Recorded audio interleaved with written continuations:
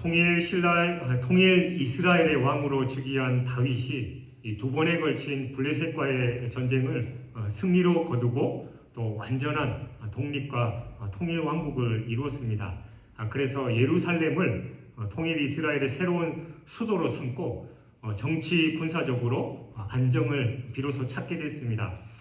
상황이 여기에 이르니까 다윗이 예전에 아벡 전투에서 블레셋에게 빼앗겼다가 다시 반환됐지만 이 아비나답의 집에 70년 동안 방치되어 있는 그 하나님의 궤가 마음에 걸렸던 겁니다. 그래서 그는 여호와의 궤, 하나님의 궤를 자기의 성 다윗성으로 옮겨오려고 했던 것이죠.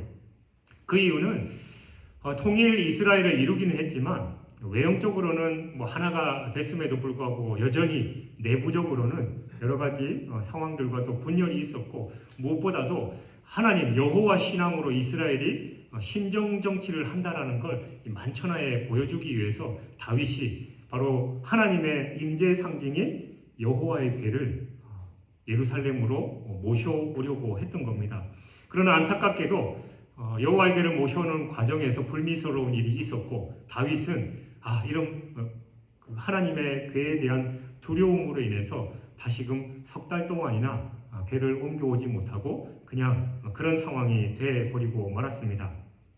율법에 의하면 여호와의 궤는 반드시 레위인 중에 고핫 자손이 어깨에 메고 운반해야 된다라고 그렇게 기록되어 있습니다. 그런데 다윗은 그 율법대로 행하지 않고 오늘 본문에 있듯이 새 수레에 그 언약궤를 옮겨온 겁니다. 그가 이렇게 언약궤를 그냥 새 수레에 옮긴 이유는 물론 종교적으로 혼란했던 이 당시의 상황에서 언약궤를 옮기는 방법에 대해서 정확하게 몰랐기 때문일 수도 있고, 그리고 이전에 블레셋으로부터 언약궤가 돌아올 때 수레에 옮긴 것을 이미 한번 봤었고, 또 그리고 그 당시에 모든 운반 수단이 수레였기 때문에 자연스럽게 그렇게 행했던 겁니다. 그러나 이 다윗의 하나님께 대한 그 열심이 아무리 컸다 해도 그는 명백히 잘못을 범한 겁니다. 결국 그릇된 방법에 의한 다윗의 언약궤 운반 시도는 언약궤 운반 책임자였던 우사의 죽음을 초래한 채로 실패로 돌아갈 수밖에 없었습니다. 다윗 자신도 그것에 대한 두려움으로 석 달씩이나 이 언약궤를 운반할 마음을 가질 수 없었던 것이지요. 오늘 우리가 본문을 통해서 그리고 그 이후의 내용들을 통해서 하나님의 궤를 옮기는 과정에 나타나고 있는 그 성경 인물들의 삶의 모습들을 보면서 우리가 함께 은혜를 나누고자 합니다. 1, 2절을 보면 다윗은 하나님의 법궤를 예루살렘으로 옮기고자 추진합니다. 하나님의 궤는 당시의 기럇 여아림의 아비나답의 집에 모셔져 있었습니다. 하나님의 법궤는 원래 이 성막의 지성소에 모셔야 되는 거지요. 그럼에도 불구하고 그러한 법궤가 이 성막이 아닌 기럇 여아림의 이 아비나답의 집에 모셔져 있었던 것은 당시 이 아벡 전투 당시 블레셋에게 빼앗겼다가 이 반환된 언약궤를 이 베세메스 사람들이 호기심으로 그 안을 들여다봤다가 하나님의 징계로 많은 사람이 죽임을 당하자 그걸 두려워해서 이 기럇 여아림의 아비나답의 집으로 보내진 뒤에 그냥 그대로 방치되어 있었기 때문입니다. 하나님의 법궤는 그것이 처음 아비나답의 집에 들어간 때로부터 무려 70년간이나 그대로 방치되어 있었습니다. 다윗은 이러한 하나님의 궤를 왕도인 예루살렘으로 옮기고자 했던 것이지요. 이는 다윗이 하나님을 이스라엘의 진정한 왕으로 인정했다라는 것을 의미합니다. 왜냐하면 이 하나님에게는 하나님 임재의 임재를 상징하는 이 대표적인 물건이기 때문입니다. 하나님의 법궤를 왕도로 모셔드린다라는 것, 바로 하나님께서 진정한 이스라엘의 왕이심을 인정하고 또 그분이 있어야 할 자리에 모신다라는 것을 의미하는 거죠. 즉 다윗은 비록 자신이 이스라엘의 왕이기는 했지만 자신은 하나님의 대리자일 뿐이고 진정한 왕은 하나님이시다라는 걸 인정하면서 그 하나님의 궤, 법궤를 왕도인 예루살렘 성으로 모시면서 하나님을 하나님의 자리에 모시는 것이지요. 하나님을 경외하지 않은 사람들은 어떻게든지 자기가 하나님의 자리에 앉으려고 합니다. 하지만 하나님을 하나님의 자리에 모시고 존중하는 사람들은 진정 하나님을 경외하는 자들입니다. 다윗이 온 이스라엘의 왕이 되기 이전 이스라엘의 왕으로 세움을 받았던 사울을 한번 보십시오. 그는 처음에 이스라엘 왕이 될 때만 해도 아주 순수한 신앙의 소유자였습니다. 그러나 곧 헛된 명예욕과 자기 욕심에 끌려서 하나님의 명령에 순종하지 않고 자기 뜻대로 모든 걸 하려고 했지요. 즉 자기 스스로 하나님의 자리에 앉으려고 했던 것입니다. 그러므로 그러한 그가 하나님의 법궤에 대해서 아무런 관심을 가지지 않은 것 역시 당연한 일일 겁니다. 하지만 다윗은 하나님만이 이스라엘의 진정한 왕이시다라는 생각을 늘 가지고 있었기에 그의 왕도에 하나님의 법궤를 모셔야 된다라고 당연히 그렇게 생각한 겁니다. 그리고 생각에 그치지 않고 그 일을 바로 행한 것이죠. 다윗 시대에 하나님의 자리가 예루살렘이었다면 오늘날 하나님의 자리는 바로 우리 성도들의 마음의 중심입니다. 하나님은 성도들의 마음을 당신의 전으로 삼아 거하기를 원하십니다. 하나님은 우리의 심령 속에서 왕노릇하기를 원하신다라는 거예요. 그러므로 우리가 진심으로 하나님을 경외한다면 하나님을 우리 중심에 모셔야 하는 겁니다. 정녕 우리는 하나님이 마땅히 계셔야 할 곳에 계실 수 있도록 해야 하고 또 하나님이 마땅히 받으셔야 할 영광을 하나님께 돌려드려야 합니다.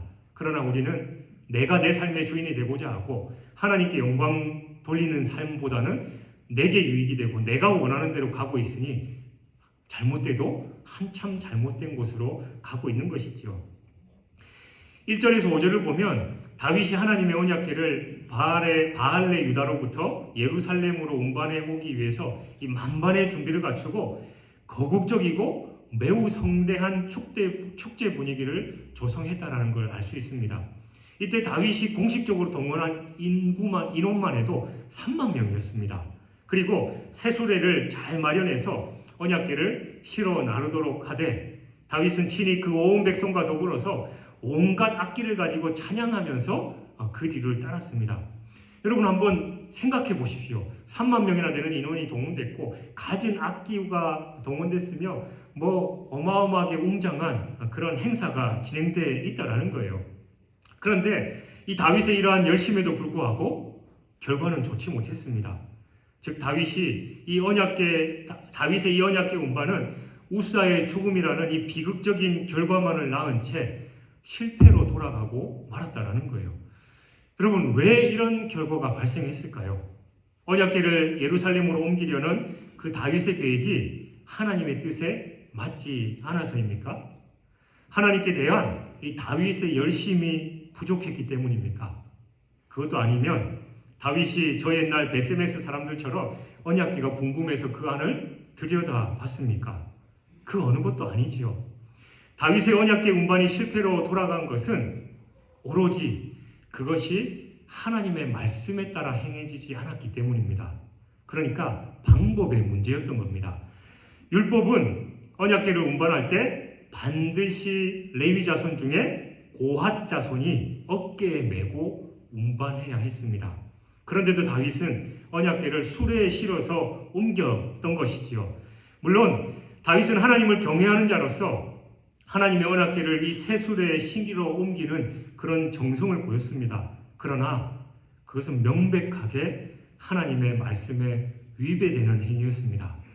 그러므로 다윗의 열심에도 불구하고 이 1차 언약궤 운반 시도는 비극적인 결과를 낳고 실패로 돌아간 것입니다. 여러분 그렇습니다. 아무리 동기와 목적이 좋다 할지라도 하나님을 섬김에 있어서는 무엇보다도 그 모든 과정이 하나님의 말씀을 따라 행하는 것이냐 그렇지 않느냐에 따라서 하나님이 기뻐하시는 것인지 그렇지 않을 것인지가 결정된다라는 겁니다. 아무리 하나님에 대한 열심이 특심해도 하나님의 말씀을 따르는 게 아니면 오히려 그것이 하나님을 기만하는 행위로서 심판을 자초할 뿐입니다. 그러므로 우리는 하나님을 섬김에 있어서 외형적인 열심이나 감정에 치우치는 것도 물론 필요하지만 그런 것에 행할 게 아니라 그 일이 과연 하나님의 말씀에 위배되는 부분이 없는지 이 냉철한 이성을 가지고 살핀 다음에 행해야 한다라는 겁니다. 물론 우리가 하나님을 섬긴다고 할 때 열심을 가지고 최선을 다하는 거 중요합니다. 하나님은 우리 중심을 보시기 때문이죠. 그러나 그것이 하나님의 뜻이 맞지 않는다면 그 열심은 하나님을 기쁘시게 해드릴 수 없는 겁니다. 또한 그 일이 우리 자신에게도 아무런 유익이 되지 않을 뿐만 아니라 오히려 해가 되어서 이 우사와 같이 생명까지도 이룰 수 있다는 걸 우리는 기억해야 합니다. 다윗 일행이 언약궤를 예루살렘으로 운반하던 도중 언약궤 운반 책임자였던 우사가 죽는 그런 비극적인 일이 발생했습니다. 우사가 동생 아요와 더불어서 하나님의 언약궤를 이 수레에 싣고 나르던 중에 이 수레가 흔들려서 언약궤가 떨어지려고 하니까 그만 우사가 그 벗개에 손을 대물어서 하나님의 진노를 사서 죽임을 당한 거예요. 우리가 일반적으로 생각하면 그 궤가 떨어지는데 얼른 그걸 잡지 않을 사람이 누가 있겠습니까? 당연할 수도 있습니다. 그러나 이 사건은 처음부터 하나님의 율법에 명시된 것과 다르게 법궤를 운반한 데서 발생한 필연적인 결과였습니다. 사실 다윗의 주변에서 그를 수행하던 사람들 중에 하나님의 말씀을 제대로 알아서 이 법궤 운반을 그렇게 하는 게 아니다라고 지적하는 사람이 단 한 사람만 있었다 하더라도 우사가 죽는 일은 없었을 것이고 다윗 역시 그 수많은 백성들 앞에서 성대하게 그 운반식을 거행하는데 자기가 수치를 당하는 일도 없었겠지요. 하지만 불행하게도 다윗은 이전에 블레셋 사람들이 하나님의 언약궤를 탈취했다가 이 재앙을 당해서 두려움에 떨면서 언약궤를 돌려보냈던 그 방법을 따라서 언약궤를 나르려고 했던 것입니다. 그때 블레셋 사람들이 하나님의 언약궤를 이 수레에 운반했던 것은 하나님의 율법에 대해서 모르는 자들이었기 때문에 불가피한 선택이고 어떻게 보면 당연한 것이었습니다. 그러므로 하나님은 그들이 언약궤를 수레에 실어서 운반했어도 그대로 묵인하셨던 겁니다. 그러나 이스라엘 백성의 경우는 달라야 했습니다. 이스라엘 백성들은 하나님의 선민으로서 하나님의 말씀을 당연히 잘 알고 있어야 했고 또 그 말씀에 따라서 순종하는 삶을 살아야 했습니다. 따라서 다윗이 선한 목적으로 이 언약궤를 운반하고자 한 것이었고 또 온 백성과 함께 하나님의 영광을 위한 일이었다 하지만 그는 하나님의 말씀을 더 세밀히 살펴서 그에 따라서 법궤를 운반했어야 하는 게 마땅했습니다. 그러나 다윗과 그 일행은 하나님의 말씀에 무지한 채로 이방인들이 사용했던 그 방법을 쫓아서 법궤를 운반함으로써 하나님의 진노를 받고 말았습니다. 이는 말씀에 대한 무지로 발생한 지극히 당연한 결과였습니다. 여러분, 몰랐다고 다 용납되는 게 아닙니다. 그런데 여러분, 다윗이 범한 실수와 그로 인한 하나님의 징계는 비단 다윗의 경우에만 국한되는 게 아니지요. 그것은 오늘날 세상 사람들이 불신앙적인 행동을 통해서 겪는 일이기도 하고 하나님을 열심히 섬긴다고 하는 우리 성도들 또한 언제든지 겪을 수 있는 일이기도 합니다. 그렇다면 우리는 어떻게 해야 다윗과 같은 이 잘못을 반복해서 범하지 않을 수 있느냐? 그 방법은 오직 하나밖에 없습니다. 더욱 하나님의 말씀을 가까이 하고 또 공부하고 묵상하는 것뿐이지요. 그래서 말씀을 통해서 하나님의 뜻을 온전히 알고 그 말씀대로 행해야 한다라는 겁니다. 저는 몰랐습니다. 몰랐는데 어떡합니까? 나름대로 내가 중심을 다하고 열심으로 했는데 내가 열심히 했는데 왜 나한테 이러십니까? 라고 항변해야 아무 소용이 없다라는 겁니다. 하나님은 마지막 때 우리의 구원과 또 우리의 모든 삶을 판단하실 기준은 오직 이 66권 성경 말씀 하나밖에 없습니다. 옛날부터 그렇게 했습니다. 그리고 누구나 다 그렇게 하는데 왜 나한테만 그러십니까? 그 말이 안 통한다라는 것이죠. 그렇게 할 때야 진정으로 하나님께 기쁘시게 해드릴 수 있습니다. 우리는 마음을 다해서 하나님의 말씀대로 실천하고 또 순종해야 된다라는 것이죠. 그래야 하나님을 기쁘시게 할 뿐만이 아니라 죄로 인해서 하나님의 진노를 피할 수 있음을 우리는 기억해야 합니다. 6절 7절을 보면 우사가 소들이 요동한 까닭에 자기 나름대로 선한 동기를 가지고 하나님의 궤를 붙잡았으나 하나님은 그런 그의 행위에 대해서 진노하셔서 그를 죽게 하셨습니다. 우사가 하나님의 궤에 손을 댄 그 한 가지 이유만으로 죽어야 했던 것은 그가 율법에 명시된 것과 같이 레위인이 아니었음에도 불구하고 그것에 감히 손을 댔기 때문입니다. 따라서 우리는 이 사실을 통해서 하나님을 가까이에서 섬기는 일을 자원한다고 해서 누구나 다 할 수 있는 게 아니고 특별한 자격 요건이 요구된다라는 걸 우리는 깨닫게 됩니다. 여러분, 흔히 이 종교개혁 이후에 만인 제사장론이 성행하게 되었죠. 그 관점에서 볼 때 우리 성도들 누구라도 하나님의 일을 할 수 있는 건 당연한 겁니다. 우리는 다 하나님을 가까이에서 섬길 수 있는 제사장과도 같은 그런 자들입니다. 그러나 오늘날 아무리 이 만인 제사장 시대라 하더라도 아무나 그리고 어떤 일이든지 할 수 있다라는 것은 아닙니다. 사실 만인 제사장이란 성도 누구든지 어떤 사람의 특정한 사람의 중보를 거치지 않고 주님을 의지해서 하나님께 나가서 교제할 수 있다라는 걸 나타내는 거지, 하나님의 일을 함에 있어서 아무나 어떤 형태든지 어떤 상황에서든지 일을 할 수 있다라는 건 아니다라는 거예요. 하나님의 일을 함에 있어서 그에 맞는 자격이 분명히 요구됩니다. 아무나 목사할 수 없고 아무나 전도사일 수 없습니다. 또 아무나 장로, 권사, 안수 집사, 또 집사의 직분을 할 수 있는 건 아닙니다.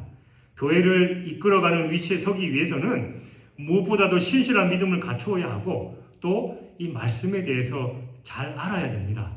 그래야 하나님의 뜻대로 순종할 수 있으니까 말이죠. 그리고 회중 앞에 설 때 흠잡을 것 없는 도덕성 역시 요구되는 것이 하나님께서 세우신 중직자들의 역할입니다.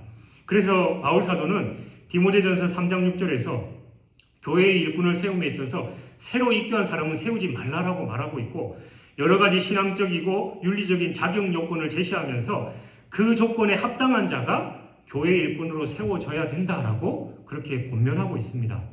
그러므로 합당한 절차나 이 합당한 조건을 갖추지 않은 자가 그 직분을 맡는다면 오히려 그건 하나님의 영광을 가릴 뿐만이 아니라 자신에게도 결코 도움이 될 수 없다라는 걸 우리는 분명히 기억해야 합니다. 8절을 보면 여호와께서 우사를 치심으로 다윗이 분하였다라고 그렇게 기록되어 있습니다. 여기서 다윗이 분을 내게 된 이유에 대해서 명확하게 기록되어 있지 않지요. 어떤 사람은 이 다윗이 자신은 선한 의도로 언약궤를 운반하려고 했고 또 최고의 정성을 다했음에도 불구하고 하나님의 진노가 내렸다는 것에 분노했을 거다라고 말하고 있습니다만, 사실 이러한 견해는 다윗이 그간 하나님께 대한 태도를 봤을 때 바른 해석은 아닙니다. 그러니까 다윗이 분노한 이유는 자기가 하나님 앞에 정성껏 했음에도 불구하고 그런 안 좋은 결과가 일어난 것에 대해 자책을 한 거지요. 내가 무엇을 잘못했을까? 내가 뭐 때문에 하나님의 이런 징계를 당하게 됐을까? 자기 자신을 돌아보고 자기 자신에게 분노했다라는 그런 마음입니다. 이는 이 회개하는 사람들이 가져야 할 가장 합당한 모습입니다. 우리가 어떤 일이 그릇되고 또 잘못되면 나 자신을 돌아보고 나 자신에게 분노하기보다 다른 사람에게 분노하고 다른 사람에게 책임을 돌리는 경우가 많습니다만, 우리는 어떤 일에 막닥뜨렸을 때 나 자신을 돌아보고 또 그 잘못에 대해서 나 자신에게 분노를 갖는 게 더 중요하다라는 거예요. 그래서 시편 51편 17절에서 하나님께서 구하시는 제사는 상한 심령이라 하나님이여 상하고 통회하는 마음을 주께서 멸시하지 아니하시리라 라고 말씀하고 있습니다. 여러분, 타인의 잘못에 대해서 관대하지 못하면 남을 함부로 판단하고 정죄하는 그 죄를 범하게 됩니다. 그러나 자신의 잘못에 대해서 관대하지 않고 엄격하면 내 영혼을 살리게 되는 겁니다. 그리고 반대로 타인에 대해서 관대하면 그 사람을 얻을 수 있지만 나 자신에 대해서 관대하면 자신의 영혼의 생명을 잃을 수도 있음은 물론이거니와 다른 사람으로부터 비난과 원망을 듣게 되는 겁니다. 그러므로 여러분, 타인에게는 관대하되 나 자신에게는 엄격한 성도들이 되시길 주님의 이름으로 축원합니다. 10절을 보면 다윗이 하나님의 법궤를 예루살렘으로 옮겨가기를 즐겨하지 않았다라고 기록하고 있습니다. 이 다윗의 법궤 운반 시도는 선한 의도에서 비롯된 거지요. 하지만 법궤 운반 시도는 좋은 결과를 맺지 못하고 우사의 죽음이라는 비극적인 결과만 낳고 말았습니다. 그러므로 다윗이 이 법궤를 예루살렘으로 운반하는 것을 즐겨하지 않은 건 당연한 일이에요. 그러니까 하기 싫었다, 즐겨하지 않았다라는 그 단순한 뜻이 아니라 두려움에서 함부로 그 법궤를 옮기지 못하는 그런 상황이 된 것입니다. 그 법궤로 인해서 이스라엘에 또한 무슨 재앙이 내릴지 모른다라는 그런 두려운 마음도 있었던 것이죠. 그런데 중요한 건 이 법궤는 어디엔가 보관되어야 했습니다. 그러나 그것을 보관하겠다고 선뜻 나설 사람이 누가 있겠습니까? 그 법궤 손대서 바로 눈앞에서 우사가 죽는 걸 바라봤고 다윗이 식은땀 뻘뻘 흘리면서 두려워하는 그 모습 앞에서 그러면 그 법궤 우리 집에 모시면 좋겠습니다라고 말할 사람이 아무도 없었을 것입니다. 그런데 다윗의 명령에 의한 것이었다 할지라도 오벳에돔이 그 일에 동의했는지 또 어땠는지는 모르겠지만 결과적으로 그 하나님의 법궤가 오벳에돔의 집에 머물게 됐습니다. 오벳에돔이 레위인이긴 했지만 그는 이 언약궤를 운반해야 할 고라 자손이나 언약궤를 실질적으로 관리해야 할 제사장의 직분은 아니었습니다. 그러니까 심지어 다윗의 명령이었다 할지라도 나는 자격도 없고 안 됩니다라고 분명히 거절할 수도 있었지만 법궤는 결과적으로 오벳에돔의 집으로 가게 됐습니다. 여러분, 오벳에돔이라고 왜 두렵지 않고 또 걱정이 되지 않았겠습니까? 물론 자세하게 성경에 기록되어 있지 않지만 그는 믿음으로 자신을 희생하면서 그 법궤를 자신의 집으로 받아들였을 것입니다. 즉 그는 자기를 부인하고 또한 자기 가족들의 위험을 감수한 채 하나님의 궤, 하나님을 섬기기에 최선을 다했다라는 겁니다. 근데 여러분, 그 결과가 어땠습니까? 오벳에돔의 집에는 재앙 대신에 11절 12절의 기록과 같이 놀라운 하나님의 축복이 임했습니다. 하나님은 전적으로 자기를 부인하고 하나님의 영광을 위하는 그 사람에게는 복을 주시는 분이십니다. 예수님도 마가복음 10장 29절 30절에서 나와 복음을 위하여 집이나 형제나 자매나 어머니나 아버지나 자식이나 전토를 벌인 자는 현세에 있어 집과 형제와 자매와 어머니와 자식과 전토를 100배나 받되 박해를 겸하여 받고 내세의 영광을 받지 못할 자가 없느니라 라고 말씀하셨습니다. 제가 자주 드리는 말씀이 있지요. 하나님의 복은 기본이 100배다. 그러니까 자기를 헌신하고 두려움과 어려움에 감수함에도 불구하고 하나님의 일에 선뜻 자기 것을 내드렸을 때 하나님이 기본적으로 100배의 축복을 해주시는 것입니다. 본문을 볼 때 오벳에돔의 집에 어떤 복이 임했는지 구체적으로 기록이 나와 있지 않습니다. 그러나 오벳에돔의 집에는 하나님의 법궤가 불과 석 달만 있었을 뿐인데도 모든 사람이 알 수 있을 정도의 축복이 임했다라는 것, 누가 봐도 그 집에 큰 축복이 임했다라는 걸 우리는 알 수 있습니다. 이처럼 자기를 부인하고 하나님을 영접하는 자, 하나님을 위하여 자기를 희생하려는 마음을 가진 자에게 하나님은 복을 주십니다. 여러분, 이 사실을 믿고 하나님을 위해서 여러분을 부인할 뿐만 아니라 내 것을 하나님께 내어드리시길 바랍니다. 물론 자기를 희생하고 무언가를 드린다라는 거 쉬운 일은 아니지요. 자칫 큰 아픔이 동반될 수도 있는 일입니다. 하지만 그런 아픔이 있을지라도 감내하는 사람은 하나님께 인정을 받고 결국은 그 소망하는 것을 이룰 뿐만이 아니라 하나님의 놀라운 축복을 받게 된다는 걸 기억하시기 바랍니다. 하나님의 생각과 인간의 생각은 다르죠. 따라서 우리가 하나님의 뜻을 부지런히 찾지 않은 채 그저 내 생각대로 좋은 대로 하나님의 일을 추진하게 되면 오히려 큰 낭패를 당한다는 걸 우리는 기억해야 됩니다. 마치 다윗이 자신의 생각에 좋은 대로 하나님의 궤를 운반하려고 하다가 자신의 선한 의도와는 상관없이 우사의 희생만을 초래한 채 언약궤 운반을 중지해야 했던 것처럼 말입니다. 여러분, 우리는 흔히 뭐로 가도 서울만 가면 된다라는 말을 합니다. 이건 과정이 어떻든지 간에 그 목적만 이루면 된다라는 그런 말이지요. 물론 결과를 중시하는 현대인들에게 있어서 적합한 말일지도 모르겠습니다만 이 말은 적어도 하나님의 일을 함에 있어서는 절대 통하지 않습니다. 하나님의 일은 목적과 동기가 선해야 하는 것은 물론이거니와 그 과정 역시 철저하게 내 방법이 아니라 하나님의 방법을 따라야 합니다. 그렇지 않으면 아무리 선한 동기와 목적을 지닌 것이라 할지라도 하나님이 기뻐하지 않으시고 도리어 불행한 결과만 나올 수 있습니다. 여러분은 이러한 사실을 기억하시면서 어떠한 일을 할 때 늘 선한 동기와 목적으로 시작하고 그 과정도 하나님의 뜻대로 행하시길 주님의 이름으로 축원합니다. 12절은 다시 다윗이 언약궤 운반을 시도하는 내용입니다. 앞에서 다윗은 우사의 일로 인해서 예루살렘 성으로 법궤를 모셔드리는 일을 중단하고 그 법궤를 오벳에돔 집에 보관케 했지요.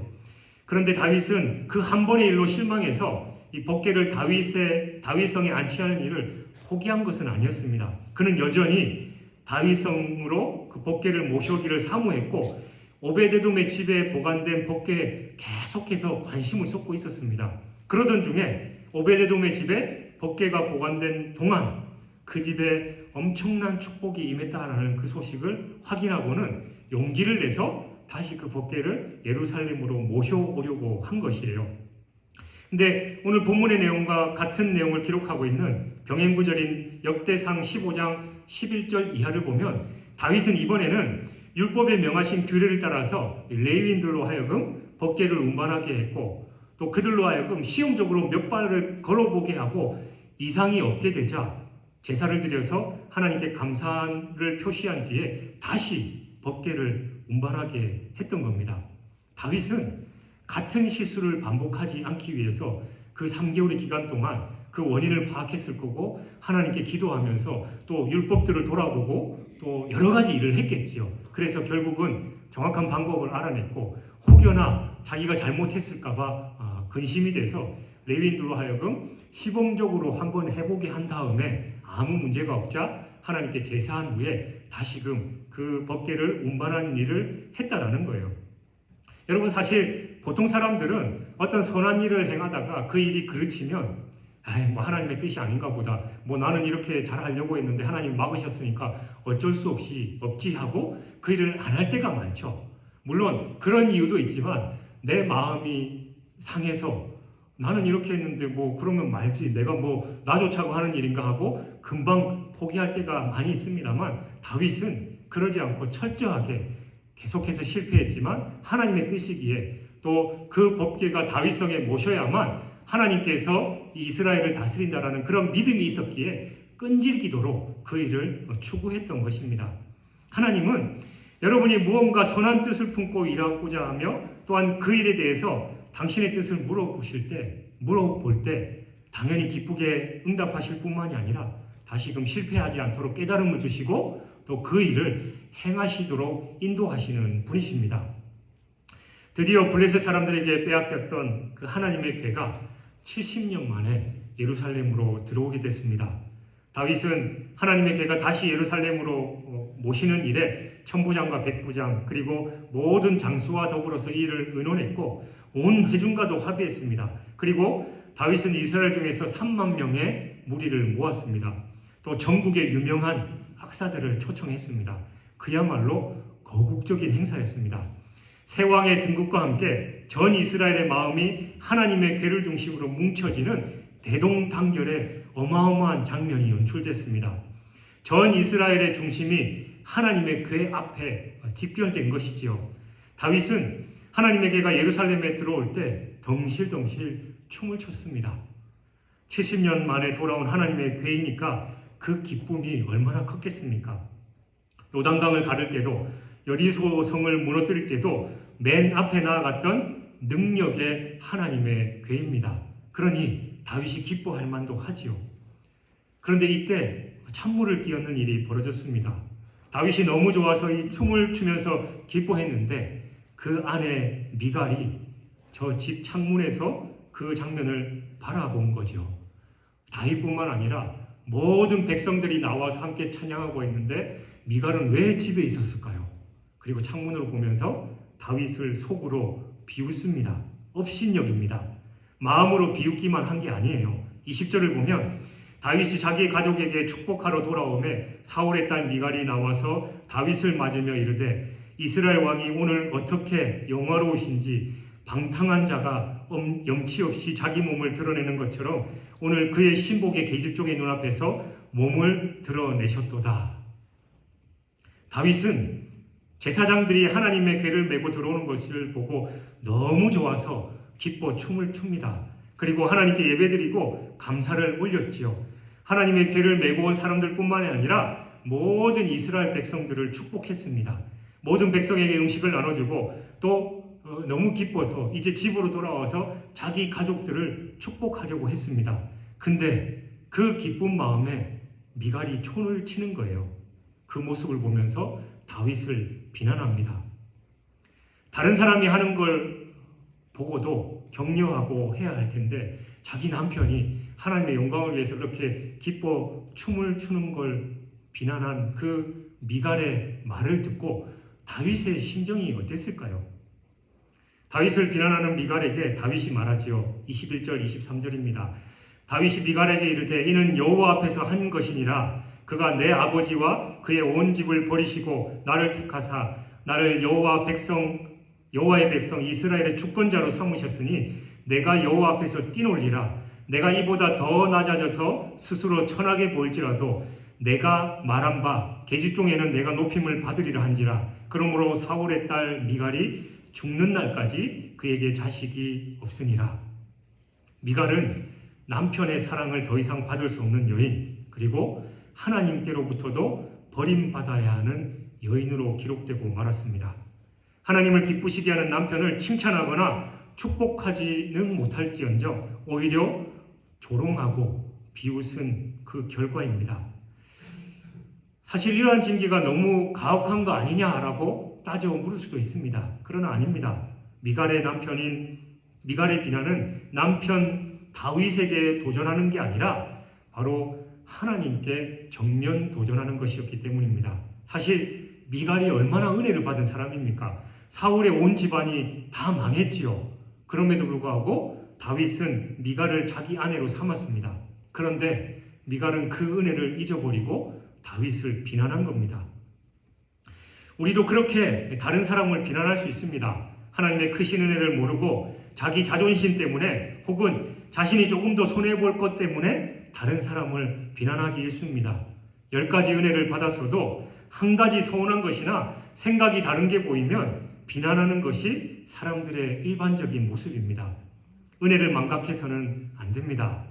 우리는 다른 사람이 하는 일을 보면서 당연히 비난하지 말아야 됩니다. 다른 사람이 하는 것을 보고 하나님께 영광을 돌리고 또 그 일하는 사람을 칭찬하고 격려해 줘야 됩니다. 오히려 다윗처럼 축복해 주는 사람이 되어야 하는 것이죠. 옥합을 깨뜨려서 값비싼 향유를 예수님의 발에 부었던 마리아를 보면서 그걸 왜 허비하느냐라고 비난했던 가룟유다와 같은 사람이 돼서는 안 됩니다. 칭찬은 참 좋은 거지요. 칭찬은 받아도 좋고 해도 좋은 겁니다. 여러분, 먼저 여러분이 하나님께도 칭찬받고 또 사람들에게 칭찬을 받는 사람들이 되시길 바랍니다. 그리고 다른 사람들을 마음껏 축복하고 칭찬하는 사람들이 되십시오. 고넬료는 하나님께도 칭찬받고 하인들로부터도 칭찬받았을 뿐만이 아니라 유대인들에게도 칭찬받는 사람이었습니다. 예루살렘 교회 7 집사들도 칭찬을 받았죠. 그들은 믿음과 성령이 충만했습니다. 그들 때문에 많은 사람들이, 믿지 않는 사람들이 주님께로 돌아오고 그들을 그리스도인이다라고 칭함까지 하게 된 것입니다. 하나님의 칭찬을 자꾸 받으면 우리도 그런 사람이 돼 갑니다. 하나님의 칭찬을 받았으니까 그 칭찬으로 다른 사람들을 더 축복하고 칭찬하게 되는 것이지요. 사랑하는 여러분, 우리는 본문을 통해서 하나님의 괴가 옮겨지는 과정에서 죽임을 당하고 복을 받으며 또 저주받는 사람들을 살펴봤습니다. 하나님의 일에 대한 그 태도가 그들의 운명을 결정한 겁니다. 여러분은 하나님의 일을 대하는 태도가 어떻습니까? 하나님은 질서의 하나님이시지요. 인간의 생각이 아니라 하나님의 뜻을 쫓기를 원하십니다. 그리고 주님께 설령 손해를 본 한이 있더라도 다 내어지고 아끼지 않는 자들에게 복 주시는 분이십니다. 또한 하나님의 일에 대해서 부정적인 사람에게는 반드시 저주까지도 하시는 분이심을 우리는 기억해야 됩니다. 그러니까 우리는 하나님 앞에 저주받는 자가 아니라 하나님의 풍성한 복을 받고 또 칭찬받는 자가 되어야 될 줄 믿습니다. 그것은 다른 게 아니라 하나님 중심주의의 삶을 살아야 됩니다. 다윗이 이스라엘을 통일하고 자기가 왕이었음에도 불구하고 하나님의 개가 이스라엘의 중심에 와 있는 하나님의 중심의 삶을 살기를 원했던 것처럼 우리도 내 삶의 중심에 하나님을 모시고 내 뜻과 내 방식, 내가 원하는 게 아니라 모든 것이 하나님 중심, 하나님의 뜻대로 살아갈 때 하나님의 놀라운 은혜와 복이 임할 줄 믿습니다. 그 삶을 살아가는 저와 여러분이 되시길 주님의 이름으로 축원합니다.